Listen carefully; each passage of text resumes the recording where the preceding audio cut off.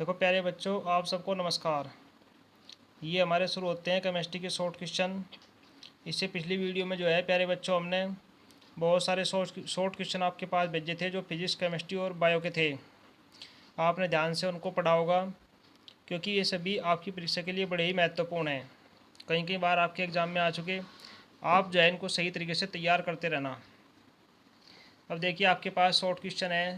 पहला प्रश्न आपके पास दिया हुआ है, निम्नलिखित रासायनिक समीकरणों को संतुलित कीजिए। ये रासायनिक समीकरण जो है प्यारे बच्चों, आपने संतुलित करनी। यहाँ पर संतुलित हैं, जैसे यह BaCl2 प्लस H2SO4 बराबर BaSO4 प्लस HCl। तो आप क्या देख रहे, समीकरणों की पहचान करिए प्यारे बच्चों। Ba का एक परमाणु इधर है, एक परमाणु इधर है, बराबर है। Cl2 के दो परमाणु इधर हैं, एक परमाणु इधर है, इधर एक कम है। H2 के दो परमाणु इधर हैं, इधर एक परमाणु है, कम है। SO4 का एक परमाणु इधर है, एक परमाणु इधर है, बराबर है। तो हम देख रहे कि H के इधर दो हैं, Cl के दो हैं, लेकिन इधर एक है। तो हम क्या करते हैं, HCl में दो की मल्टीप्लाई कर देंगे।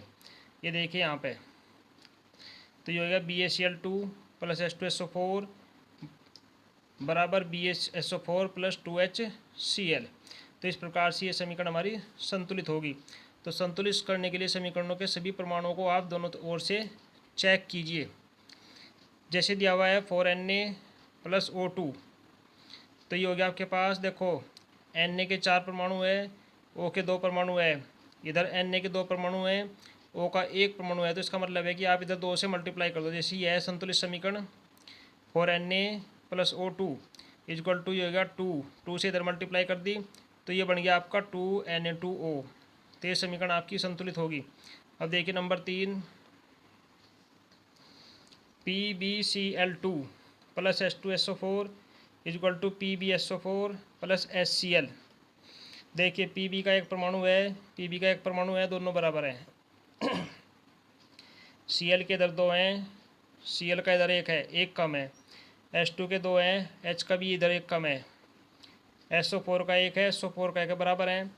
तो इसलिए प्यारे बच्चों, हमें दोनों तरफ चेक करना है कि जो हमारी कमी है उसको हमें पूरा करना है। देखो इधर HCl में एक H की कमी है, एक Cl की कमी है, तो HCl में हम, ये हमारी संतुलित समीकरण है, 2 से मल्टीप्लाई कर देते हैं। तो ये हो गया 2HCl। तो समीकरण हमारी क्या बनेगी, PbCl2 plus H2SO4 equal to PbSO4 plus 2HCl।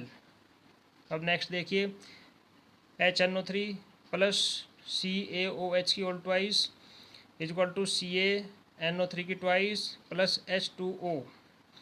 अब देखो इसको चेक करो, H का एक परमाणु ये है, H के दो परमाणु ये हैं, तो H के हमारे पास 3 हो गए, इधर H का हमारे पास 2 है। NO3 का इधर हमारे पास एक है, NO3 के हमारे पास 2 हैं। Ca का एक है, Ca का हमारे पास 2 हैं। इसी प्रकार से अब देखिए संतुलित कैसे करते हैं। अब दोनों तरफ आप बराबर कीजिए। इधर हमने 2 से मल्टीप्लाई कर दिया, होगा 2HNO3 प्लस CaOH की 2 इजक्वल टू CaNO3 की 2 प्लस 2 की मल्टीप्लाई यहाँ से होगी 2H2O। अब चेक करिए, सभी परमाणु दोनों साइड समान है। देखो H के कितने हो गए, 2 दूनी 4 तो हो गए आपके H के। इधर चेक करिए, देखो 2 H के यहाँ पे हैं और 2 H के ये हैं, तो ये हो गया 4। अर्थात पूरी समीकरण हमारी संतुलित होगी। तो प्यारे बच्चों, इस तरीके से जो है, अगर एग्जाम में आपके पास कोई समीकरण संतुलित करने के लिए आती है, तो आप दोनों ओर के सभी परमाणुओं को चेक कीजिए। जिधर भी जिसकी कमी है उधर ही आप मल्टीप्लाई कर दीजिए, तभी वो समीकरण आपकी संतुलित हो जाएगी। ये आकलन विधि है प्यारे बच्चों, इससे आसान होता है समीकरणों को संतुलित करना। अब नेक्स्ट देखिए,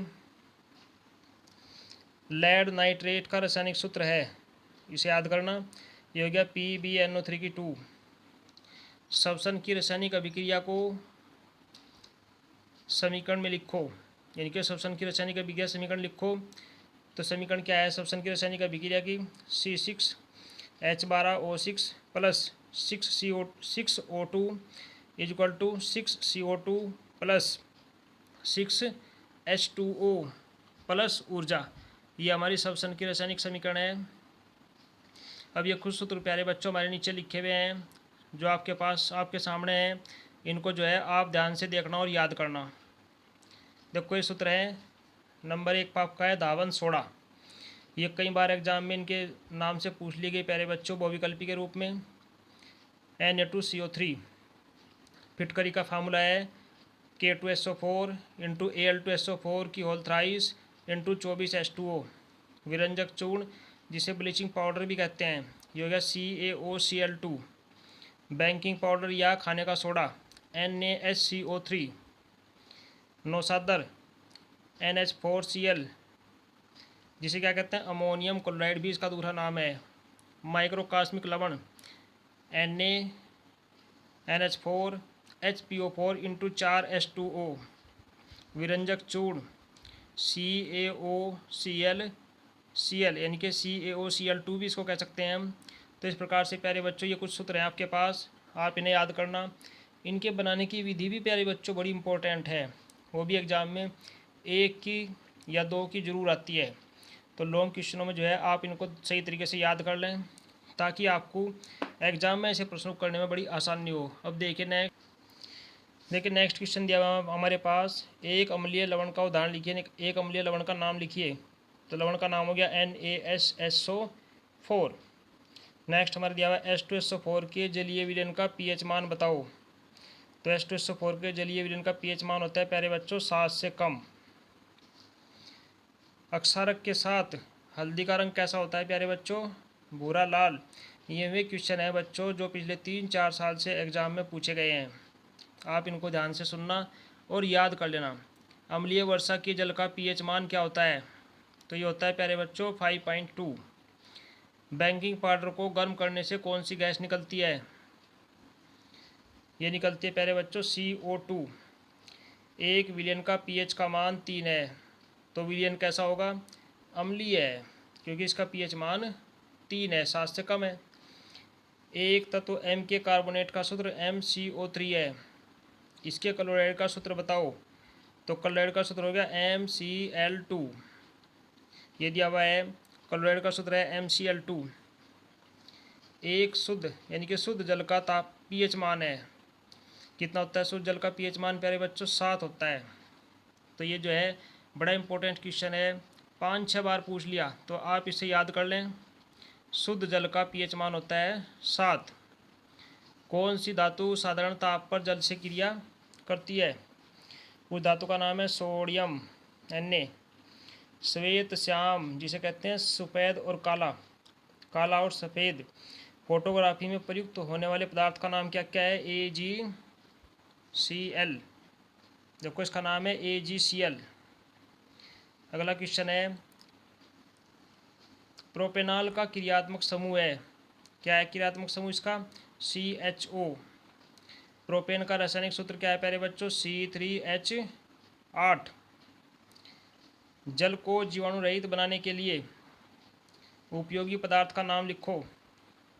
क्या नाम है प्यारे बच्चों, उसका नाम है विरंजक चूर्ण।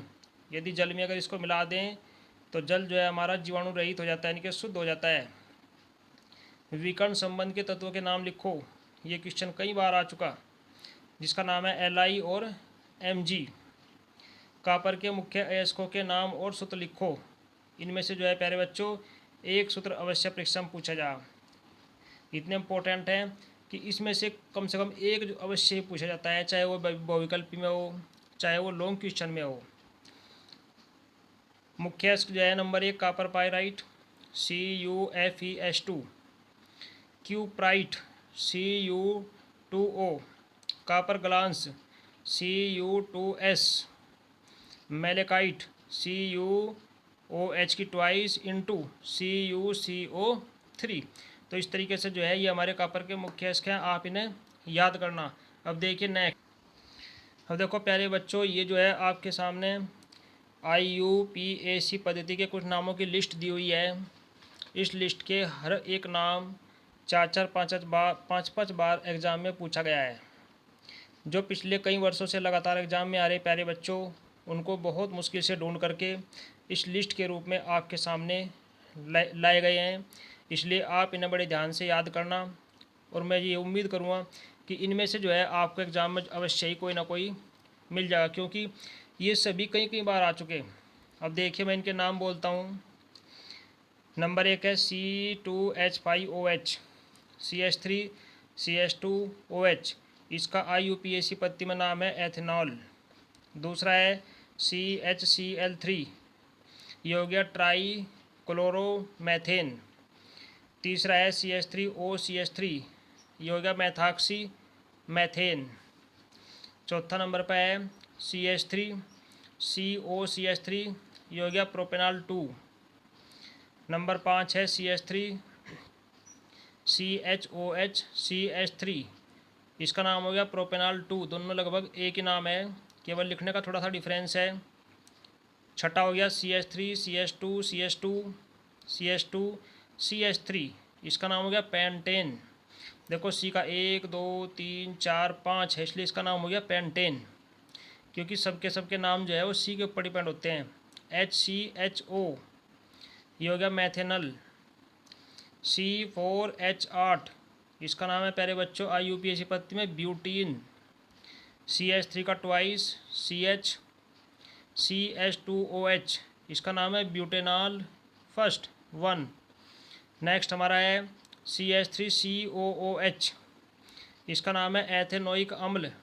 नेक्स्ट हमारा है CH3CH2COOH, इसका नाम है प्रोपेनोइक अम्ल।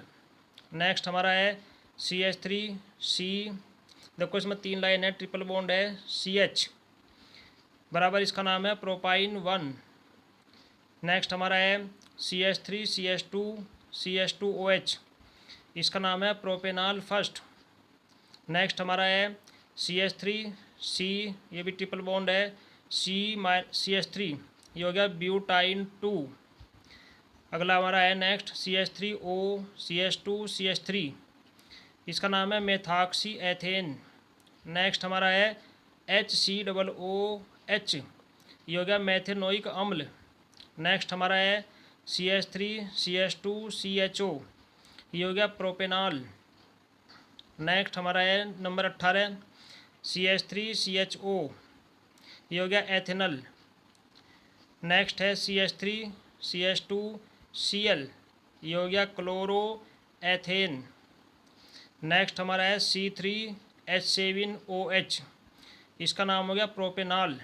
तो इस प्रकार से प्यारे बच्चों ये सभी जो है IUPAC पद्धति के नाम हैं। ये कई बार एग्ज़ाम में पूछे गए हैं।